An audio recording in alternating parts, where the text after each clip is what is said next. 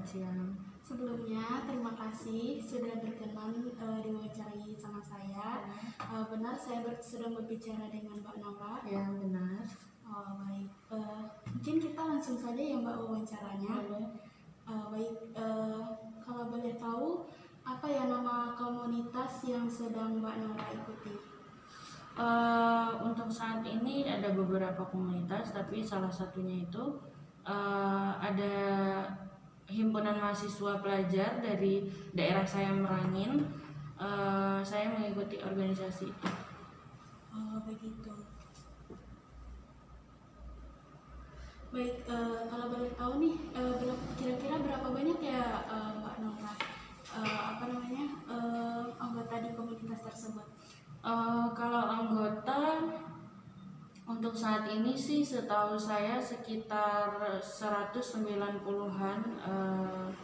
Ada juga yang baru masuk dan senior-senior lama masih menetap juga di HMPM ini. Jadi sekitar 150 anggota.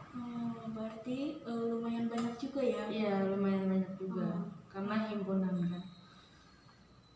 Baik, lalu apakah komunitas tersebut dari berbagai daerah atau hanya satu daerah saja? Kalau untuk daerah itu berbagai daerah, cuman spesifik pada satu kabupaten di daerah saya. Saya kan asal Jambi, jadi himpunan saya ini berasal dari kabupaten saya Merangin. Nah, nanti dari satu Merangin itu pembagiannya juga dari daerah dengan kecamatan-kecamatan yang berbeda, tapi tetap dalam satu kabupaten seperti itu. Berarti dengan komunitas ini berbagai daerah tapi tetap dan masih satu kabupaten. Mbak Nora berada di komunitas tersebut sejak tahun berapa Mbak Nora? Saya masuk komunitas itu dari awal saya kuliah, dari Jambi saya ke Jogja itu tahun 2017. Di tahun 2017 akhir saya masuk ke himpunan ini di 2017 akhir. Lalu apa saja nih masalah yang pernah terjadi selama Mbak Nora berada di komunitas tersebut? Maksudnya permasalahan yang terjadi itu seperti kurang kompak atau yang lain-lain? Oh ya, ya itu jelas ya, itu mungkin setiap komunitas pasti punya kendala atau masalah yang berbeda-beda, dan di komunitas ini pernah bermasalah di tahun 2019 itu karena keperbedaan pendapat dan tidak kompaknya kepengurusan yang menimbulkan keributan seperti itu.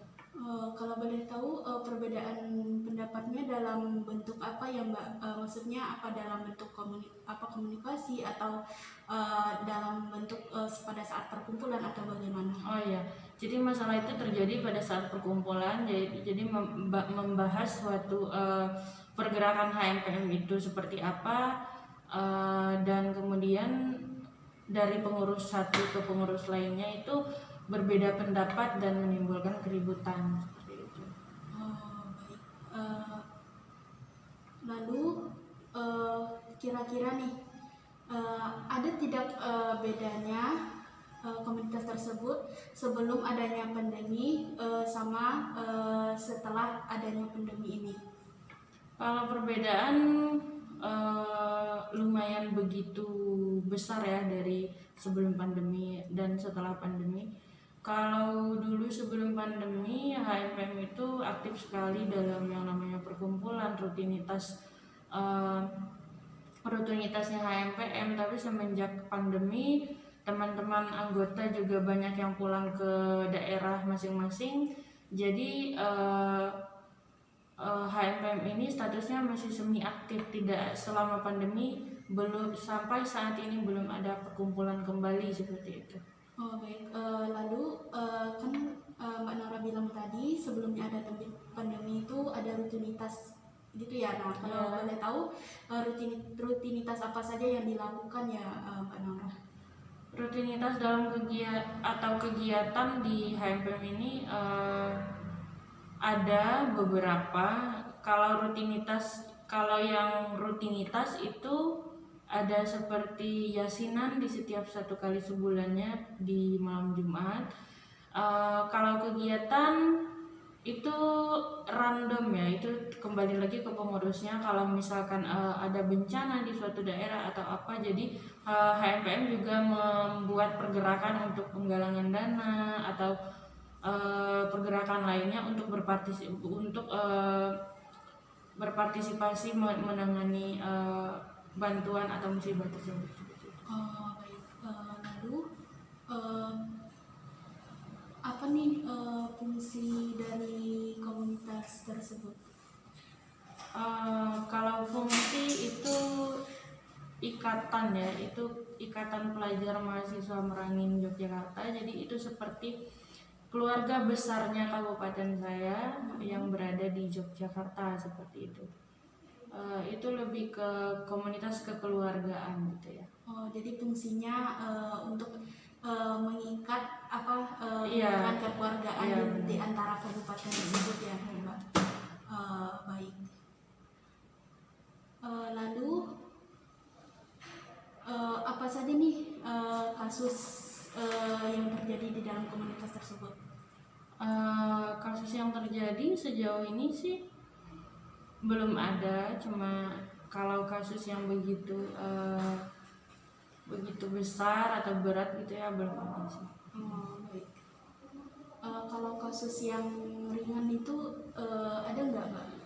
Kalau kasus sih sejauh ini tidak ada ya, cuman adanya perbedaan pendapat sedikit, dan ya itu biasalah dalam musyawarah atau mufakat kan. Oh ya, karena di dalam musyawarah kan nggak mungkin Iya. pendapatnya sama semua gitu ya.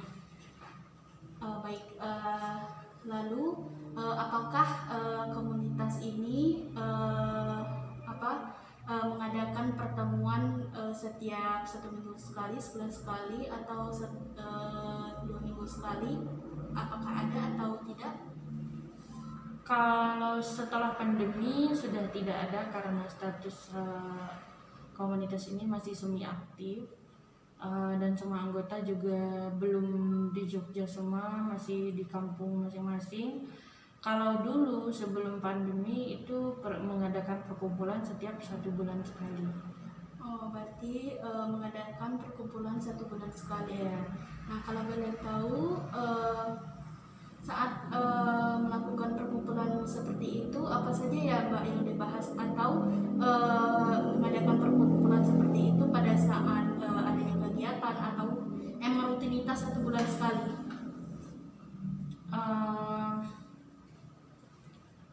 Kegiatannya dalam perkumpulan itu ya membahas tentang kegiatan selanjutnya atau rutinitas selanjutnya, seperti yasinan misalkan. Itu kan harus dibahas setiap 1 bulan sekali.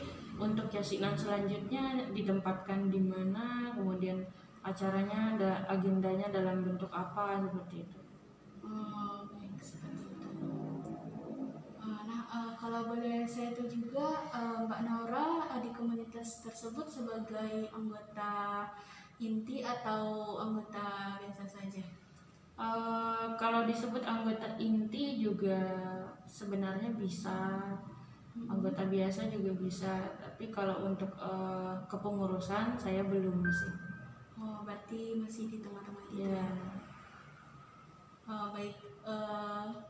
Nah, kalau boleh tahu juga pada saat mengadakan kegiatan, apakah di komunitas ini